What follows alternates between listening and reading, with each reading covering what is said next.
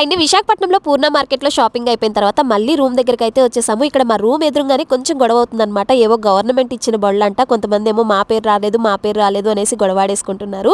ఇంకా ఇక్కడి నుంచి వచ్చేసి మేము డైరెక్ట్ గా బీచ్ కి అయితే వెళ్తున్నాము. విశాఖపట్నంలో ఫస్ట్ ప్లేస్ లో నచ్చేది ఈ బీచ్ అన్నమాట. నాకు డ్రీమ్ డెస్టినేషన్ అన్నమాట. ఎప్పుడైనా నేను ఫ్యూచర్ లో ఇల్లు కొంటే ఖచ్చితంగా విశాఖపట్నంలోనే ఇల్లు అయితే కొంటాను. ఇంకా ఆర్కే బీచ్ దగ్గరికి అయితే వచ్చేసాము. ప్రతి ఒక్కరికి ఇష్టమైన ప్లేసెస్ అంటూ ఒకటి ఉంటుంది కదా, అలానే నాకు ఫస్ట్ ప్లేస్ లో ఇష్టమైన ప్లేస్ ఈ వైజాగే ఉంటుందన్నమాట. మా పెద్ద పాపకి దొరికిందే సందు. చాలా హ్యాపీగా ఆడుకుంటుంది. మాకు ఇలా ఆడుకోవడానికి ఇలా బీచ్లు అలానే షాపింగ్ మాల్స్ పెద్ద పెద్దగా ఏమీ ఉండవు. పిల్లల హ్యాపీనెస్ మన హ్యాపీనెస్ కదా. నా చిట్టి తల్లి అయితే పడుకుపోయింది. అసలు ఇక్కడికి వచ్చినట్టే తెలియదు అనమాట. లెగిస్తే కనుక అసలు ఎలా ఆపాలో కూడా నాకైతే అర్థం కావట్లేదు. అందుకే ఇంకా నేను పడుకుంటేనే బెస్ట్ అనేసి ఊరుకున్నాను. నా పెద్ద పాప హిందీలో రామని రాస్తుంది. రామని రాస్తే వాటర్ ఏమో దాని మీదకి రావంట. అదే చెరిపేస్తే వాటర్ వచ్చేస్తాయి అనేసి అయితే చెప్తుంది. ఎక్కడో వీడియోస్ లో చూసిందంట. అందుకే చాలా ట్రై చేస్తుంది.